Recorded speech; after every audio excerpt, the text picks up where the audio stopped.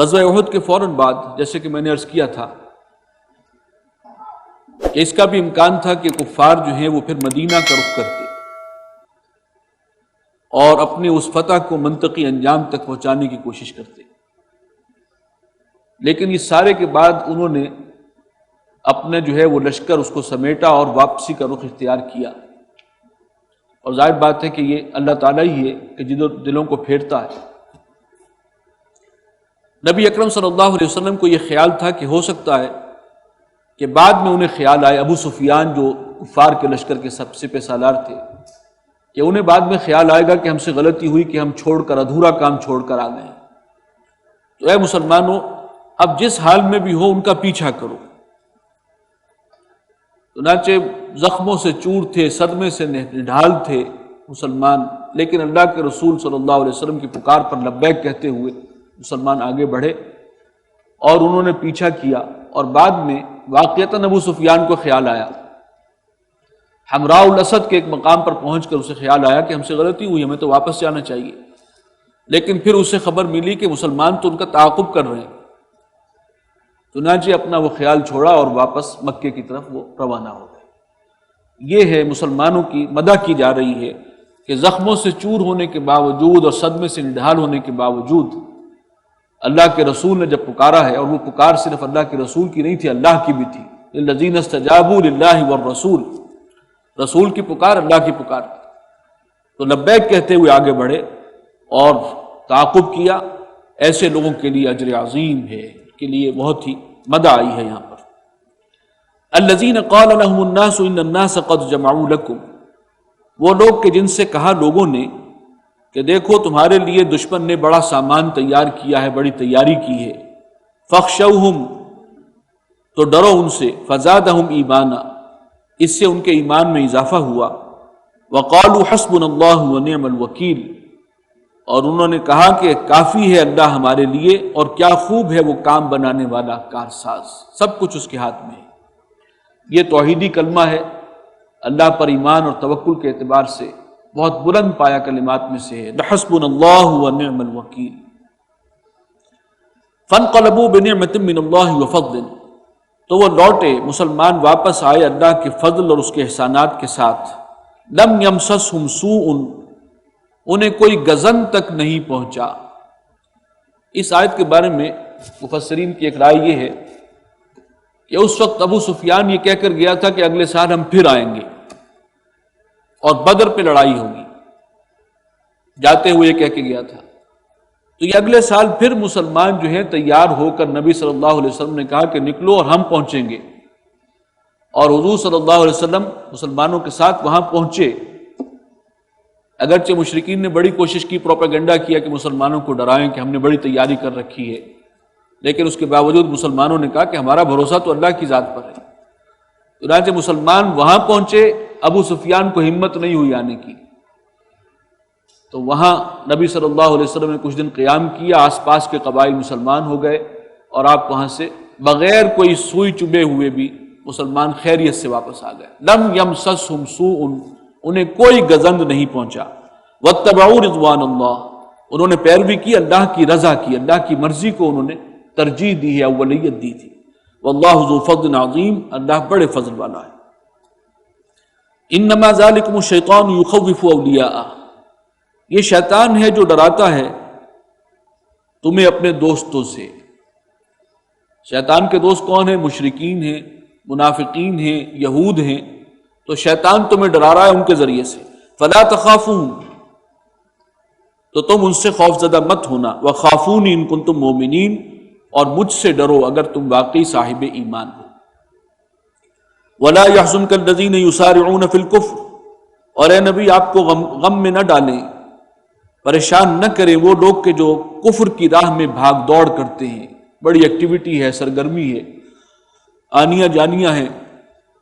یہود کے وفد جو ہیں وہ جا کر مل رہے ہیں مشرکین کے ساتھ، اور وہ اور دوسرے قبائل کا دورہ کر رہے ہیں مسلمانوں کے خلاف اکٹھے ہونے کے لیے۔ فرمایا کہ اے نبی اس سے آپ پریشان نہ ہوں، انہم لن یضروا اللہ شیئا، یقیناً وہ اللہ کا کچھ بھی نہیں بگاڑ سکتے۔ یرید اللہ الا یجعل لهم حظا فی الآخرہ، اللہ تعالیٰ تو چاہتا ہے کہ ان کے لیے آخرت میں کوئی حصہ نہ رہے، بالکل محروم جائیں وہ آخرت میں۔ وَلَهُمْ عَذَابٌ عَظِيمٌ، اور ان کے لیے بہت بڑا عذاب ہے۔ إِنَّ الَّذِينَ اشْتَرَوُا الْكُفْرَ بِالْإِيمَانِ، یقیناً وہ لوگ جنہوں نے ایمان کے بدلے میں کفر خریدا ہے، کفر کو ترجیح دی ہے، لَن يَضُرُّوا اللَّهَ شَيْئًا، وہ ہرگز کچھ نہ بگاڑ سکیں گے اللہ کا۔ وَلَهُمْ عَذَابٌ أَلِيمٌ، ان کے لیے ہے دردناک عذاب۔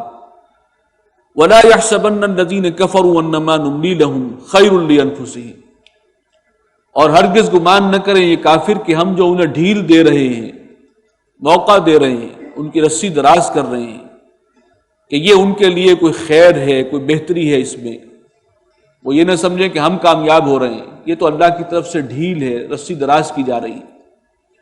انما نملی لہم لیزدادوا اثما، ہم تو ان کو ڈھیل اور مہلت دیتے ہیں تاکہ وہ گناہ میں اور معصیت میں اور آگے بڑھیں۔ وَلَهُمْ عَذَابٌ مُهِينٌ، ان کے لیے رسوا کر دینے والا عذاب ہوگا۔ مَا كَانَ اللَّهُ لِيَذَرَ الْمُؤْمِنِينَ عَلَى مَا أَنْتُمْ عَلَيْهِ، اللہ تعالیٰ کی یہ سنت نہیں ہے کہ وہ چھوڑ دے مسلمانوں کو اس حال پہ کہ جس پر وہ ہیں، حَتَّى يَمِيزَ الْخَبِيثَ مِنَ الطَّيِّبِ، جب تک کہ ممیز نہ کر دے، الگ نہ کر دے خبیث کو طیب سے۔ کون صاحب ایمان ہیں، کون ہے جن کے اندر نفاق چھپا ہوا ہے، تو اس کے لیے پھر آزمائشوں میں ڈالا جاتا ہے، آزمائش کی بھٹی میں جا کر ہی پتہ لگتا ہے کہ کون کتنا پختہ ایمان والا ہے اور کتنا اللہ پر توکل ہے۔ وَمَا كَانَ اللَّهُ لِيُطْلِعَكُمْ عَلَى الْغَيْبِ، اور اللہ تعالیٰ کا یہ معاملہ بھی نہیں کہ وہ تمہیں غیب کی خبریں دے دے۔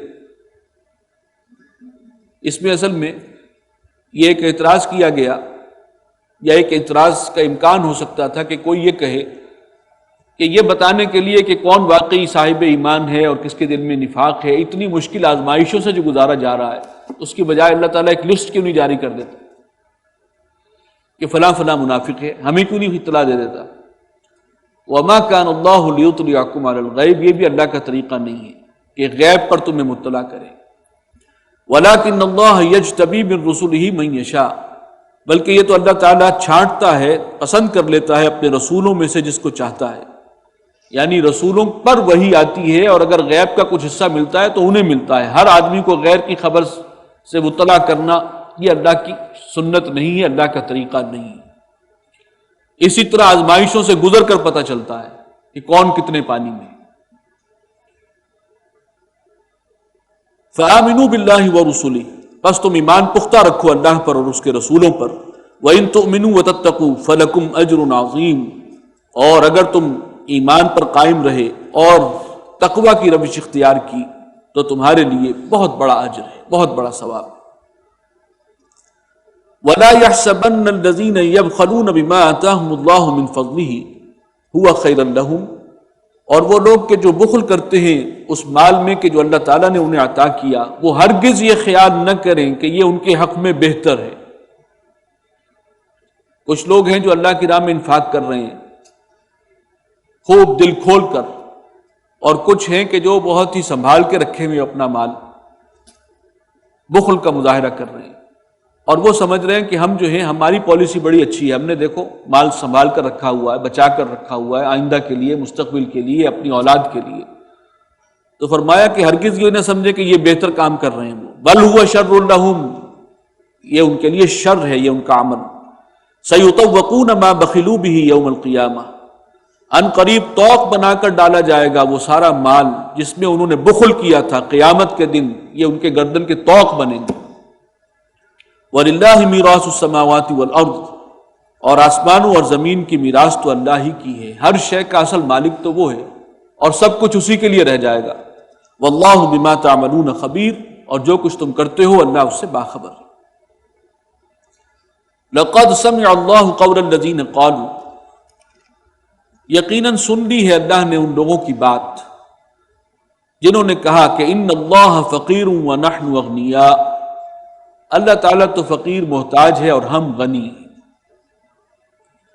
یہ اصل میں یہود کی طرف سے ایک بات آئی تھی کہ یہ جو اللہ کی طرف سے بات آ رہی ہے، قرض دو اللہ کو، خرچ کرو اللہ کی راہ میں، انفاق کرو، بار بار تقاضا آ رہا ہے، اس کا مطلب یہ ہوا کہ اللہ تو محتاج ہے، فقیر ہے، وہ مانگ رہا ہے، اور ہم غنی ہیں، صاحب مال ہیں۔ اب یہ بڑا طنز کا، ان کا تمسخر کا انداز تھا. تو اللہ تعالیٰ نے فرمایا کہ اللہ نے سن لی ان کی بات. سنکتب ما قالوا، ہم لکھ رکھیں گے ان کی بات کو، باقاعدہ نوٹ کر کے رکھیں گے. یعنی یہ اب اس کا حساب انہیں دینا پڑے گا، اور یہ چیز اب نوٹ کر لی گئی. وَقَتْلَهُمُ الْأَنْبِيَاءَ بِغَيْرِ حَقٍّ، اور وہ چیز بھی ہم نوٹ کریں گے جو یہ قتل کرتے رہے انبیاء کو ناحق. اتنے بڑے بڑے جرائم ہیں ان کے. وَنَقُولُ ذُوقُوا عَذَابَ الْحَرِيقِ، اور ہم کہیں گے کہ اب چکھو جھلستی ہوئی آگ کا عذاب. تب انہیں یاد آئے گا کہ ہم نے کیا کچھ باتیں کہی تھی، غنی کون تھا اور فقیر کون تھا، اور کل اختیار کا مالک کون ہے اور مجبور اور لاچار کون ہے. ذَلِكَ بِمَا قَدَّمَتْ أَيْدِيكُمْ، اور یہ بدلہ ہے اس کا جو تمہارے اپنے ہاتھوں نے آگے بھیجا. تمہاری اپنی کمائی، تمہارے کرتوت، انہی کا یہ شکل ہے سزا کی جو تم پر مسلط ہے. وَأَنَّ اللَّهَ لَيْسَ بِظَلَّامٍ لِّلْعَبِيدِ، اور اللہ تعالیٰ قطعاً ذرا بھی ظلم نہیں کرتا اپنے بندوں پر. الَّذِينَ قَالُوا إِنَّ اللَّهَ عَهِدَ إِلَيْنَا، وہ لوگ کہ جو یہ کہتے ہیں کہ اللہ تعالیٰ نے ہم سے یہ عہد لیا تھا، تاکید کی تھی ہمیں، اللہ نؤمن لرسول، کہ ہم کسی رسول پر ایمان نہیں لائیں گے، اس کی بات نہیں مانیں گے، حتی یأتینا بقربان تاکلہ النار، جب تک کہ وہ ہمارے سامنے ایک ایسی قربانی پیش نہ کرے کہ جسے آگ کھا جائے، ختم کر دے، بھسم کر دے. یہ بنی اسرائیل میں اول یہ معاملہ تھا، اور حضرت آدم کے 2 بیٹوں میں بھی جو جھگڑا ہوا وہاں بھی قربانی کا جو معاملہ تھا اس میں یہ تھا کہ اللہ کی نظر کی جاتی تھی، کوئی قربانی، کوئی نظر نیاز. تو قبولیت کی علامت یہ ہوتی تھی اس زمانے میں کہ آسمان سے ایک آگ اترتی تھی اور وہ اس قربانی کو جو بھی پیش کیا جاتا تھا جلا کر خاک کر دیتی تھی. یہ ابتدائی دور کے معجزات میں سے بھی تھا رسولوں کے، اور یہ ایک گویا کہ اس بات کا اظہار تھا کہ اللہ نے یہ قربانی قبول کر لی. تو اب یہود نے اپنے لیے ایک بہانہ یہ گھڑا کہ ہم سے تو اللہ نے یہ وعدہ لیا تھا کہ تم صرف اس رسول پر ایمان لاؤ گے جو یہ معجزہ پیش کرے، کوئی قربانی پیش کرے اور اس کو آسمان سے آگ آ کر کھا جائے، تب ہم مانیں گے کہ یہ اللہ کا رسول ہے. چونکہ اللہ سے ہم وعدہ کر چکے، ہم پابند ہیں، اور یہ محمد صلی اللہ علیہ وسلم نے تو ایسا معجزہ دکھایا نہیں ابھی تک، لہٰذا ہم ایمان لانے سے معذور ہیں، قاصر ہیں. اب اس پر اللہ تعالیٰ کا تبصرہ ہے. قُلْ قَدْ جَاءَكُمْ رُسُلٌ مِّن قَبْلِ، اے نبی آپ ان سے کہہ دیجئے کہ مجھ سے پہلے بھی بہت سے رسول تمہارے پاس آئے، بالبینات، بڑی نشانیوں کے ساتھ، معجزوں کے ساتھ، روشن تعلیمات کے ساتھ، وبالذی قلتم، اور وہ نشانی جس کا تم نے ذکر کیا وہ بھی انہوں نے تمہیں دکھائی، لیکن تم نے کیا کیا اس وقت؟ فَلِمَ قَتَلْتُمُوهُمْ إِن كُنتُمْ صَادِقِينَ، تو تم ان کے قتل کے درپے کیوں ہوئے اگر تم سچے ہو؟ تم نے تو ان کو بھی نہیں بخشا تھا.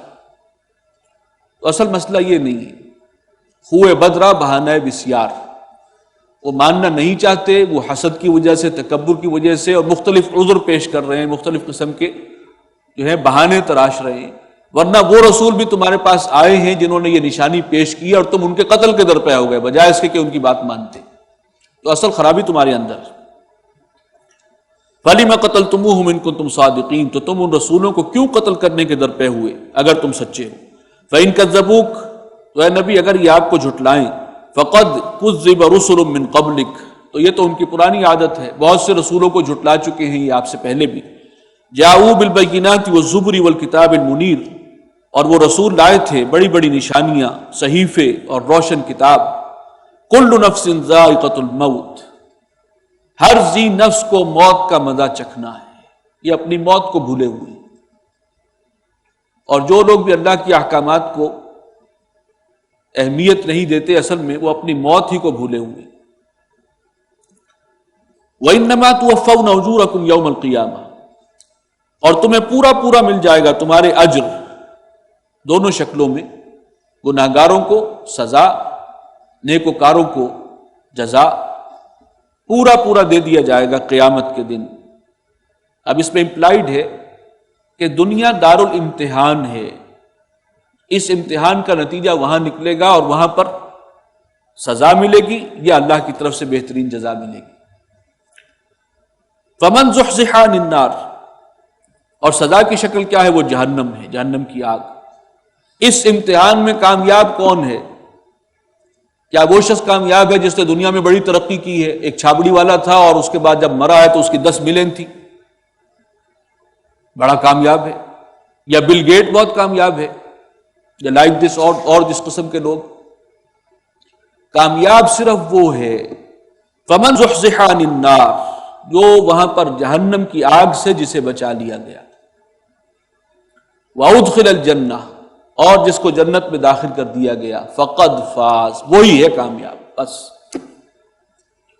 دنیا میں چاہے اس کو 2 وقت کی روٹی میسر نہیں تھی، کوئی پہچانتا نہیں تھا، کسی کے تعارف نہیں تھا، کوئی دنیا میں حیثیت نہیں تھی، لیکن یہ وقت تو اس نے پورا کرنا ہے۔ ہر شخص نے جو وقت لے کر آیا ہے 40-50 سال، کامیابی ناکامی کا تعلق دنیا سے ہے ہی نہیں، وہ آخرت سے۔ اس لیے کہ وہاں پہنچ کر، جیسے کہ قرآن مجید میں بہت سے مقامات پر ہے، مجرموں سے پوچھا جائے گا دنیا میں جس کے لیے تم نے رات دن ایک کیا تھا، اللہ کے احکامات کو رونتے رہے پاؤں تلے، رہے کتنے دن تھے؟ دنیا کمانے کے لیے تم نے سب کچھ کر دیا تھا، حاصل کرنے کے لیے۔ کم لبثتم فی الارض عدد سنین، کتنے سال رہے تھے؟ جواب دیں گے لبثنا یوما او بعض یوم۔ جس نے اپنی عمر طبی پوری کی ہوگی 80-90 برس بھی، اس کا جواب بھی ہوگا کہ ایک دن یا دن کا کچھ حصہ، اس سے زیادہ نہیں ہم نے وقت گزارا۔ اصل زندگی تو اب آئی ہے ہمارے سامنے، حقیقی زندگی تو یہ ہے۔ تو کامیاب صرف وہ ہے، یہ دنیا دار الامتحان ہے، یہ منزل نہیں ہے تمہاری، یہ صرف امتحان گاہ ہے۔ تو من زحزح عن النار وادخل الجنہ فقد فاز۔ اور مرنا ہر ایک کو ہے، بہت تھوڑے سے وقت کے لیے یہاں آئے ہو، کسی بھی وقت وہ مہلت ختم ہو سکتی، پھر تو وہ زندگی ہے جس سے سابقہ ہے۔ وما الحیات الدنیا الا متاع الغرور، اور دنیا کی زندگی یہ تو محض دھوکے کا سامان ہے، یہ عارضی ناپائیدار، آخرت کے مقابلے میں تو اس کی کوئی حیثیت ہی نہیں ہے، لیکن تم اسی کو کل زندگی، اصل زندگی سمجھ کر اور سب کچھ اسی میں لگا دیتے ہو، لٹا دیتے ہو۔ لَتُبْلَوُنَّ فِي أَمْوَالِكُمْ وَأَنفُسِكُمْ، تمہیں لازماً تمہاری آزمائش کی جائے گی، تمہارے مال میں بھی، تمہاری جانوں میں بھی۔ یہ دنیا تو امتحان گاہ ہے، اس میں آزمائش ہوگی مختلف شکلوں میں، کبھی جان کا امتحان، کبھی مال کا امتحان۔ وَلَتَسْمَعُنَّ مِنَ الَّذِينَ أُوتُوا الْكِتَابَ مِنْ قَبْلِكُمْ، اور اے مسلمانوں تمہیں لازماً سننی پڑے گی ان لوگوں سے کہ جن کو کتاب دی گئی تھی تم سے پہلے، وَمِنَ الَّذِينَ أَشْرَكُوا، اور ان مشرکین سے بھی سننی پڑے گی، اذًا کثیرا، بڑی اذیت بخش باتیں، دلوں کو چھلنی کرنے والی باتیں، تمسخر اور استہزاء کا سامنا تمہیں کرنا پڑے گا۔ وَإِن تَصْبِرُوا وَتَتَّقُوا، اور اگر تم صبر سے کام لو اور تقوی کی روش اختیار کرو، فَإِنَّ ذَلِكَ مِنْ عَزْمِ الْأُمُورِ، تو یقیناً یہ ہمت کے کاموں میں سے ہے۔ وَإِذْ أَخَذَ اللَّهُ مِيثَاقَ الَّذِينَ أُوتُوا الْكِتَابَ، اور جب اللہ تعالیٰ نے عہد لیا تھا اہل کتاب سے، بنی اسرائیل سے، لَتُبَيِّنُنَّهُ لِلنَّاسِ، کہ تم اس کو خوب واضح کرو گے اب لوگوں کے لیے، جو اللہ نے تمہیں ہدایت دی ہے، جو تورات عطا کی ہے، اس کو خوب کھول کر بیان کرو گے۔ وَلَا تَكْتُمُونَهُ، اور چھپاؤ گے نہیں اسے، حق بات کو چھپاؤ گے نہیں۔ فَنَبَذُوهُ وَرَاءَ ظُهُورِهِمْ، تو انہوں نے اللہ کے اس عہد کو اٹھا کر اپنی پیٹھ کے پیچھے پھینک دیا، یعنی نظر انداز کرنا، اہمیت نہ دینا۔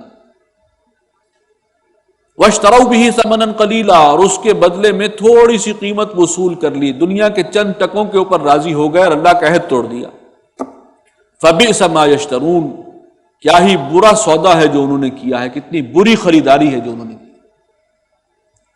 لَا تَحْسَبَنَّ الَّذِينَ يَفْرَحُونَ بِمَا أَتَوْا، ہرگز نہ سمجھنا ان لوگوں کے بارے میں کہ جو خوش ہوتے ہیں اپنے کیے پر، اپنی حرکتوں پر بڑے نازاں ہیں، ہم نے تو اپنے آپ کو بچا لیا، ہم نے فلاں عذر پیش کیا تھا نبی صلی اللہ علیہ وسلم کے سامنے کہ ہمیں یہ عذر ہے، ہم نہیں نکل سکتے جہاد کے لیے، تو ہماری پالیسی بڑی کامیاب رہی اور ہم محفوظ ہیں، اور جو گئے تھے وہ دیکھو انہیں کتنا نقصان اٹھانا پڑا، تو اپنے ان کارناموں پر بڑے خوش ہیں، ہم تو واپس آ گئے، ہمیں پہلے سے اندازہ تھا۔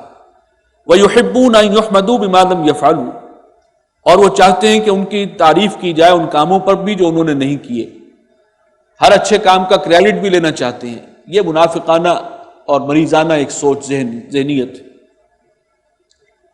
فَلَا تَحْسَبَنَّهُمْ بِمَفَازَةٍ مِّنَ الْعَذَابِ، تم ہرگز یہ گمان نہ کرنا کہ وہ چھوٹ گئے ہیں اللہ کے عذاب سے، وہ اللہ کے عذاب سے بچ نکلنے والے نہیں ہیں۔ وَلَهُمْ عَذَابٌ أَلِيمٌ، ان کے لیے دردناک عذاب ہے۔ وَلِلَّهِ مُلْكُ السَّمَاوَاتِ وَالْأَرْضِ، آسمانوں اور زمین کی بادشاہی، حکومت وہ اللہ ہی کی ہے۔ وَاللَّهُ عَلَى كُلِّ شَيْءٍ قَدِيرٌ، اور وہ رب جو ہے وہ اللہ ہر شے پر قادر ہے۔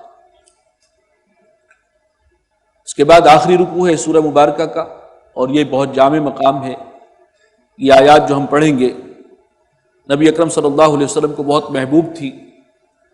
جب رات کے پچھلے پہر آپ تہجد کے لیے اٹھتے تھے تو یہ آیات آپ کے زبان مبارک پر جاری ہو جاتی تھی کہ ان فی خلق السماوات والارض واختلاف اللیل والنہار لآیات لأولی الالباب۔ ایک سلیم الفطرت انسان اپنی فطرت اور عقل کی رہنمائی میں کیسے اللہ تک اور توحید تک پہنچتا ہے، اس کا جو عقلی سفر ہے، خرد کی گتھیاں سلجھاتے ہوئے ایمان باللہ اور توحید تک جو اس کی رسائی ہوتی ہے، یہ اس سفر کا ذکر ہے یہاں پر۔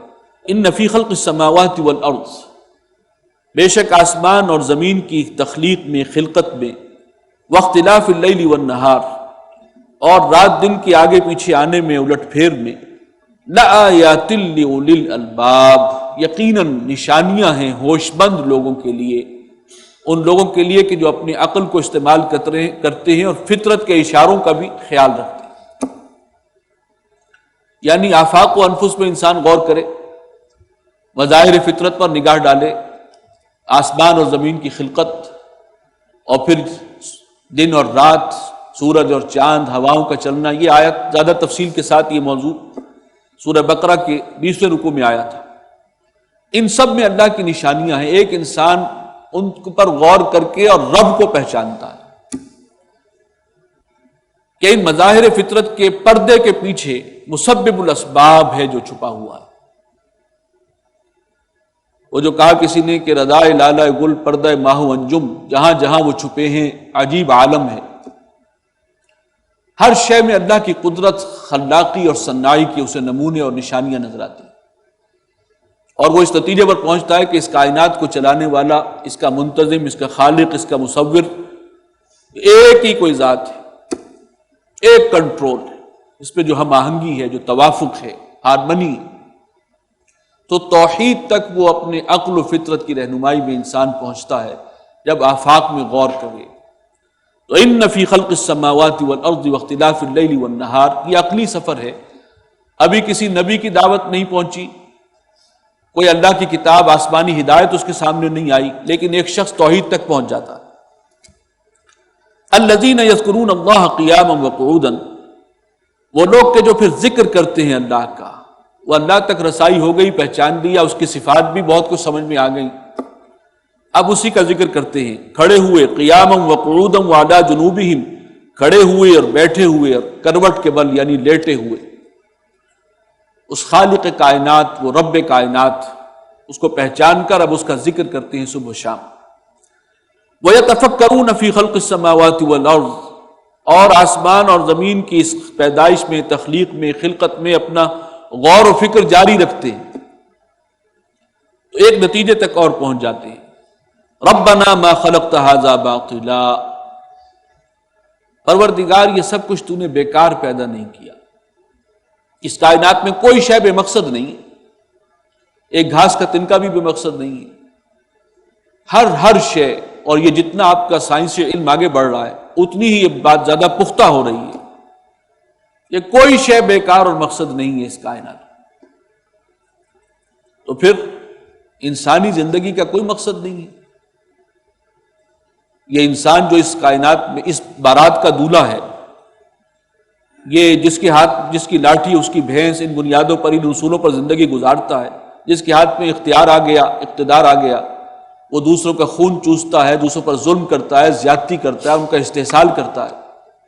جو نیک لوگ ہیں، اصولوں پر چلنے والے، صدق اور دیانت پر چلنے والے، ان کی اس معاشرے میں کوئی عزت نہیں ہے، انہیں 2 وقت کی روٹی میسر نہیں ہے، انہیں سر چھپانے کے لیے مکان میسر نہیں ہے، اور وہ اپنے ان اصولوں کے اوپر زندگی گزارتے ہوئے اس طریقے سے جو ہے وہ دنیا سے رخصت ہوتے ہیں۔ تو یہ کائنات اس اعتبار سے نامکمل ہے اگر ہر شے با مقصد ہے اور انسان کی زندگی کا بھی کوئی مقصد ہے، ایک عالم اور ہوگا جس میں ظالموں کو ان کے ظلم کی بھرپور سزا اور نیکوکاروں کو ان کی نیکی کی بھرپور جزا ملے۔ یہ ہے ان کا عقلی سفر، جس کے نتیجے میں وہ مکافات عمل کے قانون کے تحت پہنچتے ہیں کہ عالم آخرت بھی ہوگا لازماً۔ ربنا ما خلقت هذا باطلا سبحانک فقنا عذاب النار۔ اے رب تو پاک ہے، تو کوئی عبث اور بیکار کام نہیں کرتا، ہر کام حکمت اور دانائی کے ساتھ ہے، تو بس بچا لے ہمیں جہنم کے عذاب سے۔ یعنی امپلائیڈ ہے کہ ایک عالم ہوگا، جزا و سزا ہوگی، مل کر رہے گا، اور وہاں پر ہمیں جہنم کے عذاب سے بچا لینا۔ ربنا انک من تدخل النار فقد اخزیتہ۔ اے ہمارے رب، جس کو تو نے جہنم میں داخل کر دیا، آگ میں داخل کر دیا، اس کو تو نے رسوا کر دیا، وہ واقعی ناکام ہو گیا، وہ بہت بڑی ناکامی ہے۔ وما للظالمین من انصار۔ اور آج جو ظالم دندناتے پھرتے ہیں اور وہ ابو لا بھی ہیں اور سارے قانون کی دھجیاں بھی بکھیرتے ہیں، اور اس پوری دنیا میں اس وقت آپ دیکھیے تو جنگل کا قانون ہے، انسانی تہذیب، تمدن، تعلیم کی جو ایوولوشن کے جو انتہا ہے، کلائمیکس ہے، وہ کیا برآمد ہوا؟ امریکہ اس وقت جو کچھ کر رہا ہے وہ جنگل کا قانون، جس کی لاٹھی اس کی بھینس، کوئی اصول نہیں، کوئی قانون نہیں، کوئی ضابطہ نہیں۔ مسلمانوں کے معاملے میں ہر قانون، ہر اصول کو توڑتے۔ اس کا مطلب کیا ہے؟ آج تو دندنا رہے ہیں، لیکن ان ظالموں کا وہاں کوئی مددگار نہیں ہوگا۔ آج تو اپنی اس لاٹھی کے بل پر کر رہے ہیں جو کر رہے ہیں، ہر کوئی کر رہا ہے اپنی اپنی جگہ پر۔ جس کو وزارت علیہ مل گئی ہے، وزیر اعلیٰ ہوں، وہ اپنے نہج پر کر رہے ہیں، اپنے لیول پر۔ جو وزیر اعظم ہیں وہ اپنے لیول پر کر رہے ہیں۔ یہ سارے جو ظلم اور زیادتی اس قوت اور اختیار کے بل پر ہو رہی ہے، ان ظالموں کا آخرت میں کوئی مددگار نہیں ہوگا۔ وہاں ان کے ساتھ وہ سلوک ہوگا کہ جو پوری ان کو کیے کی سزا جو ہے مل کر رہے گی۔ یہ ہے عقلی سفر، ایمان باللہ، توحید اور پھر آخرت تک۔ ربنا اننا سمعنا منادیا ینادی للایمان۔ اے ہمارے رب، ہم نے سنا ایک پکارنے والے کو، وہ ندا لگا رہا تھا ایمان کی دعوت دے رہا تھا۔ فآمنا، پس ہم ایمان لے آئے۔ اب یہ ہے ایمان بالرسالت۔ خرد کی گتھیاں سلجھا چکا میں، میرے مولا مجھے صاحب جنوں کر، وہ جو اقبال نے کہا۔ اب ایسے افراد کے کانوں میں جب وحی کی آواز، آسمانی ہدایت پہنچتی ہے تو محسوس کرتے یہی تو میرے دل کی بات ہے۔ اسی رب پر ایمان لانے کی تو دعوت دی جا رہی ہے جس کو میں پہچان چکا ہوں، اسی آخرت کا تذکرہ ہو رہا ہے، اور یہ تو میرے فطرت کے مطابق ہے یہ بات۔ دیکھنا تقریر کی لذت کے جو اس نے کہا، میں نے یہ جانا کہ گویا یہی میرے دل میں ہے۔ تو یہ کیفیت محسوس ہوتی ہے انہیں، چنانچہ فوراً ایمان لے آتے ہیں۔ یہ ایمان کن کا ہے؟ صدیقین کا ایمان۔ فآمنا، اب انہیں وقت نہیں لگتا پہچاننے میں، اس لیے کہ وہ سفر طے کر چکے۔ ابو بکر صدیق رضی اللہ تعالی عنہ اس کی سب سے بڑی مثال ہے، صدیق اکبر، جن کے بارے میں نبی اکرم صلی اللہ علیہ وسلم نے خود گواہی دے دی کہ جس شخص کے سامنے بھی ایمان کی دعوت رکھی، اس نے کچھ وقت لیا غور و فکر کے لیے، سمجھنے کے لیے، سوائے ابو بکر کے۔ جیسے ہی دعوت پیش کی اسی لمحے وہ ایمان لے آئے۔ یہ شان ہے صدیقین کے ایمان کی۔ حضرت عثمان رضی اللہ تعالی عنہ نوجوان تھے، بالکل ابتدا میں ایمان لے آئے۔ حضرت سعید، اسی طرح زید بن حارثہ، بہت سے مسلمان ہیں جنہیں دیر نہیں لگی، اس لیے کہ یہ سفر جو ہے وہ پہلے سے طے کیے ہوئے تھے۔ اب آواز پڑی ہے ان کے کان میں، نبی کی آسمانی ہدایت ان تک پہنچی تو فوراً ایمان قبول کیا۔ ربنا فاغفر لنا ذنوبنا، اے ہمارے رب ہمارے گناہوں کو، خطاؤں کو بخش دے۔ وکفر عنا سیئاتنا، اور ہم سے ہماری برائیوں کو دور کر دے۔ وتوفنا مع الابرار، اور ہمیں وفات دیجیے، موت دیجیے ہمیں نیکوکار لوگوں کے ساتھ۔ اب یہ ان کی دعا ہے صدیقین کی۔ اور آپ نے نوٹ کیا ہوگا قرآن مجید میں جو 4 کیٹیگریز ہیں، اگلی صورت میں ہم پڑھیں گے سورہ نساء میں، انبیاء، صدیقین، شہداء اور صالحین۔ انبیاء کے بعد صدیقین کا درجہ ہے جو اس شان سے ایمان لانے والے ہیں۔ ربنا وآتنا ما وعدتنا علی رسولک، اور اے ہمارے رب ہمیں وہ سب کچھ عطا فرما جس کا تو نے وعدہ کیا اپنے رسولوں کے ذریعے سے، ولا تخزنا یوم القیامہ، اور ہمیں رسوا نہ کیجو قیامت کے دن، اس دن کی رسوائی سے ہمیں بچا لے، انک لا تخلف المیعاد، یقیناً تو وعدے کے خلاف نہیں کرتا۔ فاستجاب لهم ربهم، تو ان کے رب نے ان کی دعا قبول کر لی، انی لا اضیع عمل عامل منکم، کہ یقیناً میں تم میں سے کسی بھی عمل کرنے والے، محنت کرنے والے کی محنت کو ضائع نہیں کرتا۔ اب ان کا یہ ایمان ہے، اس کی یہ کیفیت ہے، اور عمل کی کیفیت کیا ہے اس کی آگے تفصیل آ رہی ہے۔ ہماری طرح کا ایمان نہیں ہے کہ ایمان کے دعوے میں تو کسی سے پیچھے نہیں ہے، اور عمل کی طرف دیکھیں تو سوائے شرمندگی کے کچھ نہیں۔ میں کسی عمل کرنے والے، محنت کرنے والے کے عمل کو ضائع نہیں کرتا۔ جن کا ایمان اور عمل اس لیول کا ہے، مایا من ذکر نہ انسا، چاہے مرد ہو اور عورت، کسی کے عمل کو ضائع نہیں کرتا۔ بعضکم من بعض، تم آپس میں ایک دوسرے میں سے ہو۔ فالذین ہاجروا واخرجوا من دیارہم واوذوا فی سبیلی، بس وہ لوگ جنہوں نے میری راہ میں ہجرت کی ہے اور نکالے گئے اپنے گھروں سے، وَأُوذُوا فِي سَبِيلِي، اور میرے رستے میں تکلیفیں جنہوں نے برداشت کی ہیں، تکالیف صحیح ہیں، وَقَاتِلُوا وَقُتِلُوا، اور جنہوں نے جنگ کی ہے اور جنگ کے اندر قتل بھی ہوئے، شہید بھی ہوئے، لَأُكَفِّرَنَّ عَنْهُمْ سَيِّئَاتِهِمْ، جن کا کردار یہ ہے، جن کی قربانیاں اللہ کے لیے اور اللہ کے دین کے لیے ایسی ہیں، تو لازماً میں دور کر دوں گا ان سے ان کی ساری برائیاں۔ وَلَأُدْخِلَنَّهُمْ جَنَّاتٍ تَجْرِي مِن تَحْتِهَا الْأَنْهَارُ، اور لازماً داخل کروں گا انہیں ان باغات میں جن کے دامن میں ندیاں جاری ہوں گی، چشمے رواں ہوں گے۔ ثوابا من عند اللہ، یہ بدلہ ہے اللہ کی طرف سے، خاص اللہ کی جانب سے۔ واللہ عنده حسن الثواب، اور اللہ ہی کے پاس ہے بہترین بدلہ، بہترین اجر۔ لا یغرنک تقلب الذین کفروا فی البلاد، اے نبی آپ کو دھوکے میں نہ رکھیں، دھوکے میں نہ ڈالیں یہ کافر، ان کی چلت پھرت مختلف شہروں کے اندر، ان کا آنا جانا، چلت پھرت جو ہے وہ آپ کو کسی پریشانی میں مبتلا نہ کرے، ان سے آپ مرعوب اور متاثر نہ ہوں۔ متاع قلیل، چند دن کا عیش و آرام ہے۔ یہ بڑے باحثیت لوگ ہیں، بڑا مالدار ہیں، ان کا آنا جانا ہے، ان کی آؤ بھگت ہے، ان کے لیے پروٹوکولز ہیں، استقبال کیا جاتا ہے۔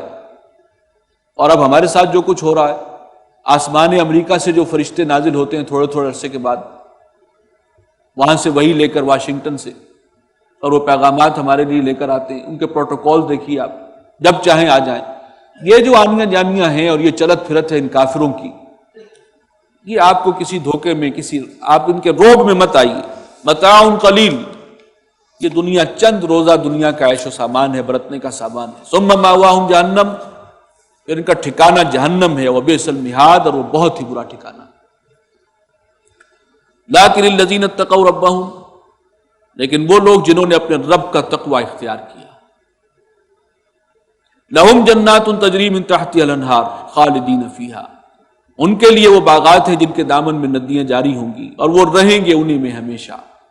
قرآن مجید جنت کے لیے جو الفاظ استعمال کرتا ہے، اہل عرب کے لیے دنیا کی بہترین آسائشیں اور اعلیٰ ترین نعمتیں جو ہو سکتی تھیں ان کے خیال میں، ظاہر بات ہے قرآن مجید ان کے ذہن سے قریب رہ کر ہی گفتگو کرتا ہے۔